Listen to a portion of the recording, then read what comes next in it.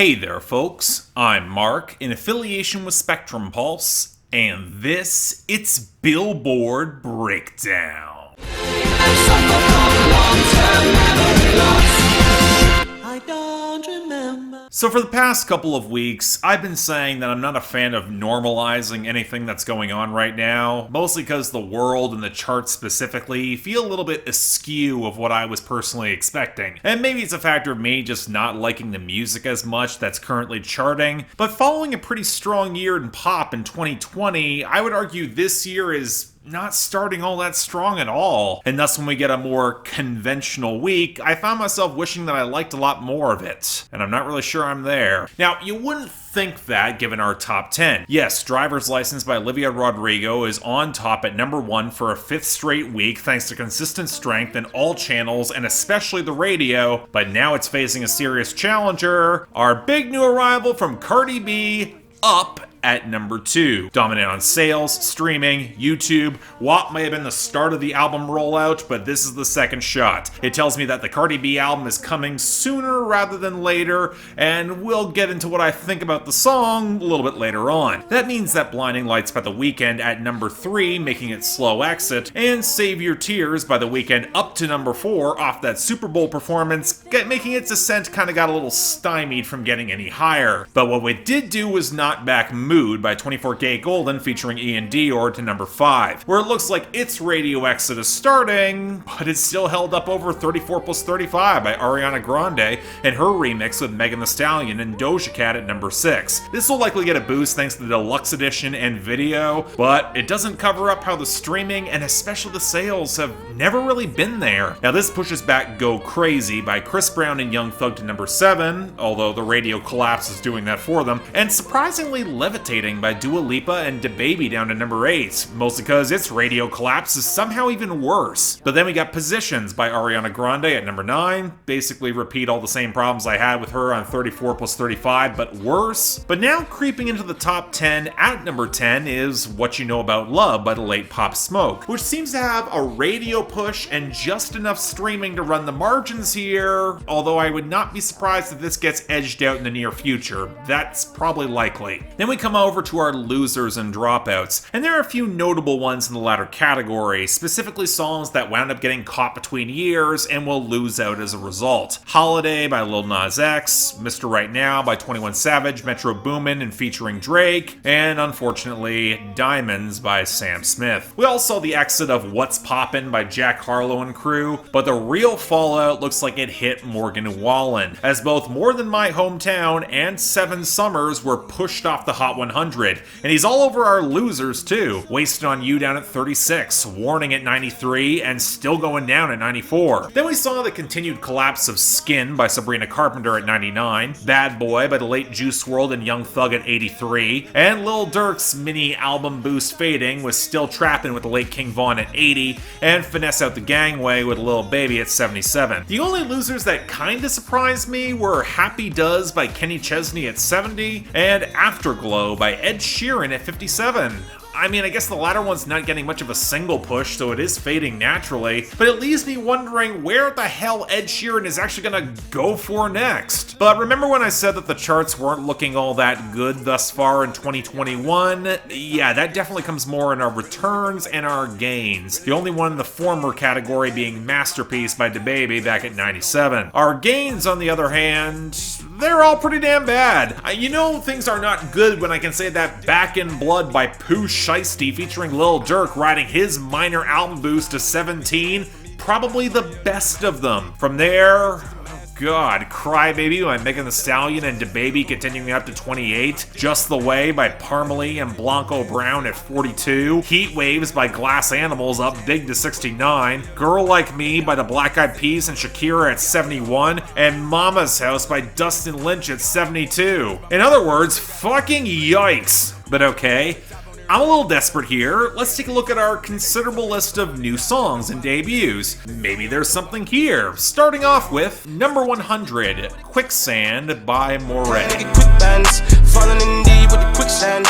Flag on my ass, no quick friend. This is one of those songs I had heard about from friends that was on the rise for at least a couple of weeks now. A North Carolina rapper who was leaning into more elements of soul in his trap sound. And hey, you know what? I liked it when Rod Wave did it, so I had some expectations. And it turns out that was okay. Because if you're looking for Rod Wave's more grounded, guitar-backed production where the trap beat really isn't quite as well blended as it should be, with the slightly more tight and soulful, Roddy Ricch-esque flow, Morray really does fit the bill. And while the content as it goes in his come-up story with a fair amount of detail surrounding what he had to overcome and the bloody mess that is continuing to drag him down, what I found impressive about this was just how well constructed the song feels.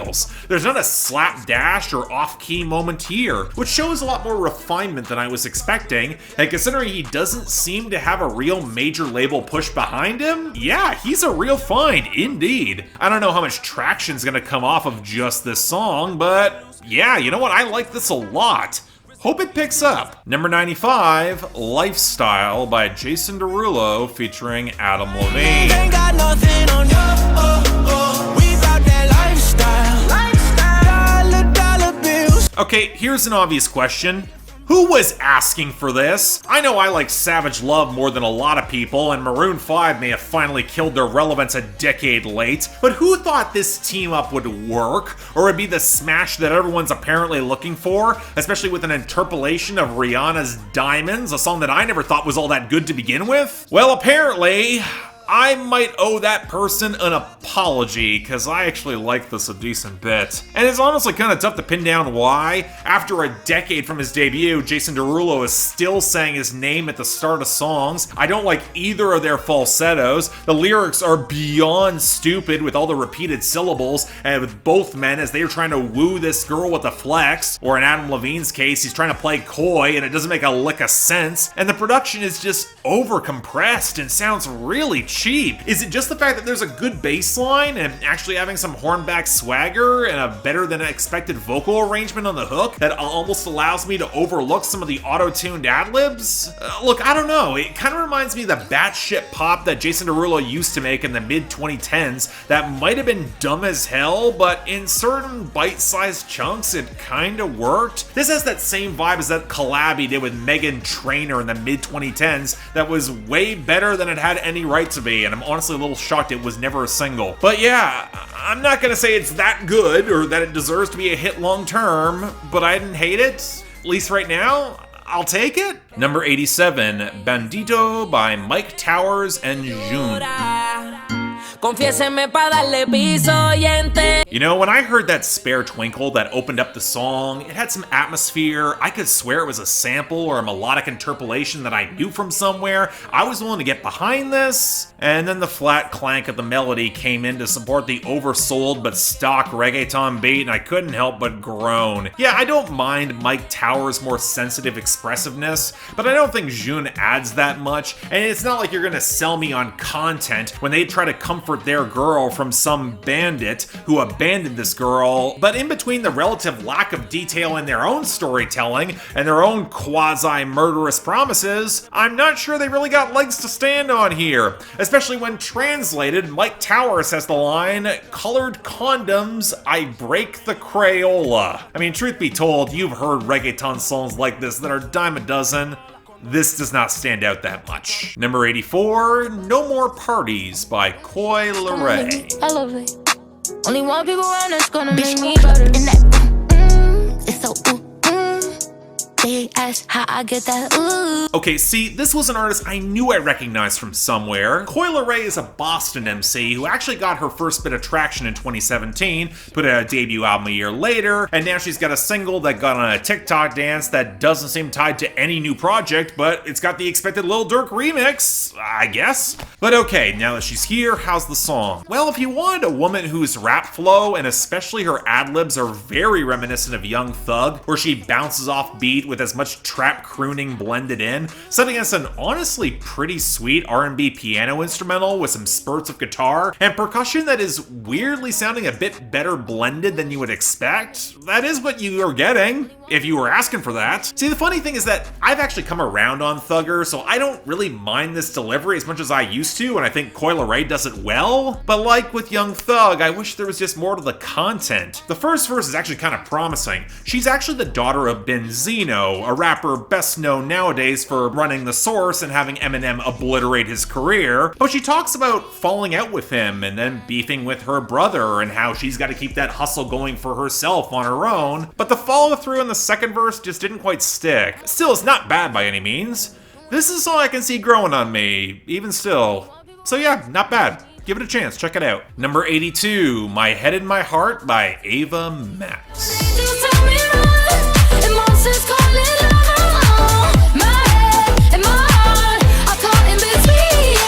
Okay, look, I know I probably stick up for Ava Max more than I should, and you'd think we'd all be rewarded for that by picking better singles. Born to the Night, Call Me Tonight, Take Me to Hell, they're all right there. Why are you going to this? It was just like making So Am I a single that somehow moved units overseas. You've got better songs than this, Ava Max. Now, granted, given this song, like Kings and Queens, is rooted in a pretty obvious sample, this time from the more well-known A Touch of Class song Around the World from 2000, so they're probably thinking they have to use this as a single to justify the sample clearance budget, but why are the vocals so clumsily blended where they peak so often in the mix? And why do the synth grooves and faux strings just have no muscle? And why do you not do something more with the sample? This is not helping you build a unique personality. Because between the pretty basic caught between head and heart metaphor, that's honestly barely even a metaphor, it just doesn't have enough color to do more, so the entire song winds up feeling beholden to its influence again. Look, I'm not saying Ava Max is ever going to be a great pop star, but there are ways that her relevance could have been prolonged if her management knew what the hell they were doing. Because this might be okay at best, but wow, she could have released something more. You can get on that anytime now, just saying. Number 81, Box of Churches by Pooh Shiesty featuring 21 Savage. I dirted up my only cake, get my round of applause. In a couple months I done made a way. On why niggas dropped the rollies and went to the Cartier. So okay, Pooh Shiesty didn't really get an album bomb, but it did see success with 2 songs this week, and given the run that 21's been on, I had hopes this would turn out okay. And here's the thing, this had potential with the spare haunted vibe and the sharper trap whir that's a natural fit for 21 Savage, who does a pretty solid murderous verse here, and that might be nicer than me saying that he just completely stole the entire song. The problem is that Pooh Shiesty's voice might have a little bit more presence and some catchy elements, but he's such a clunky rapper and staying on the beat that it only drags down his mediocre brand name porn even further. It actively hurts the vibe of the song, and I'm left wondering why on earth suddenly labels started pushing this guy in earnest in comparison with so many better rappers even in this lane. It's not even a song I dislike because, again, the production, 21 Savage, they work, just nothing else. And while we're in this territory, number 64, Provide by G-Eazy featuring Chris Brown and Morrison. So, circling back to the topic of really obvious samples, in this case we have a flagrant interpolation of Mark Morrison's Return of the Mac. And I'm gonna repeat the same thing I said for Ava Max. You can show that you're beholden to your influences if you can't do anything that recontextualizes things, especially when the song is a goddamn classic and we're stuck with Chris Brown and G-Eazy trying to make something interesting. I don't care if they gave Mark Morrison a credit to try and skirt past my incandescent rage. You're stuck with G-Eazy here, sounding bored as hell trying to win over some girl with one of the most misplaced Radiohead references I've heard in recent memory, and the line, "You throw it back, I spent 3 stacks, I feel like Andre." And then Chris Brown's trying to frame the entire song as just vibe with me. You know what, for comparison, and I'll bring this up whenever I talk about Chris Brown ruining modern R&B, that DJ Khaled song, Do You Mind, that liberally interpolates Lovers and Friends and actually has Chris Brown on it, it actually gave the song a lot more color and flair. It had so many other voices.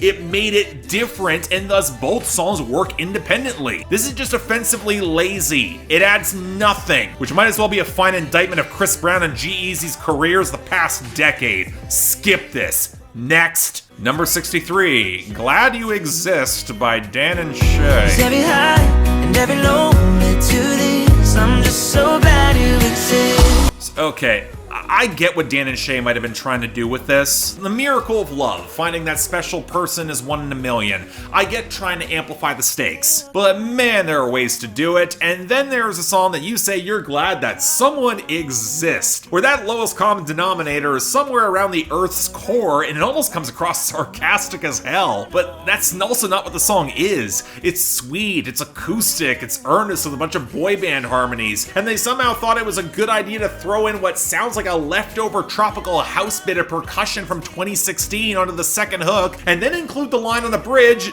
"Don't you ever go changing." It just feels so damn adolescent, that's the word. It doesn't match what they've done previously that had a little bit more maturity than I thought they had in this. I've been following this duo since 2014, so while I absolutely get why this might work to a certain demographic, between this and I Should Probably Go to Bed, this duo is zeroed in on a preteen market, and even they might find this embarrassing.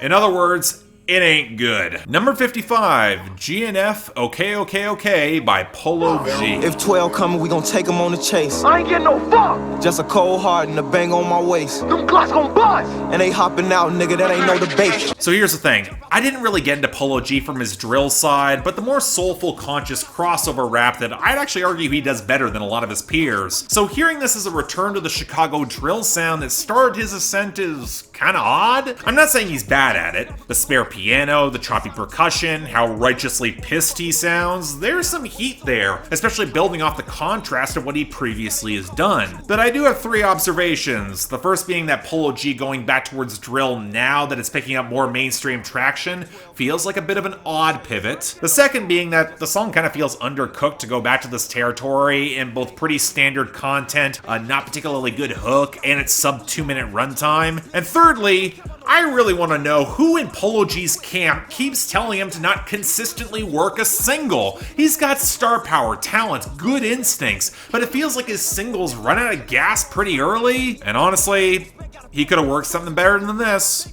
Just saying. Number 51, Neighbors by Pooh Shiesty featuring Big 30. Supposed to be cause his mama raised him. We had a clear shot on his head, but I think God saved him. You never walked up, hit your man, you probably never grazed him. Now granted, if our alternative is Pooh Shiesty, I'll take Polo G any goddamn day of the week, because the fact this is his biggest debut this week kinda mystifies me. Putting aside Pooh Shiesty's problems of barely able to ride a beat and utterly generic content, the piano sounds like it comes from stock Casios, as do the trap beat, and with so little commitment to the atmosphere, the song just fizzles out near instantly, and Big 30 is not redeeming it. He sounds like a louder, slightly more composed Pooh Shiesty, and I gotta admit, I'm still not hearing the star potential, really, from either of them. Yeah, the hook is kinda catchy, and I did find Pooh Shiesty bragging about fucking the convenience store clerk about as funny as when Big 30 bragged about getting a gun before losing his virginity, and people apparently being jealous of one or the other. It's not clear, but again,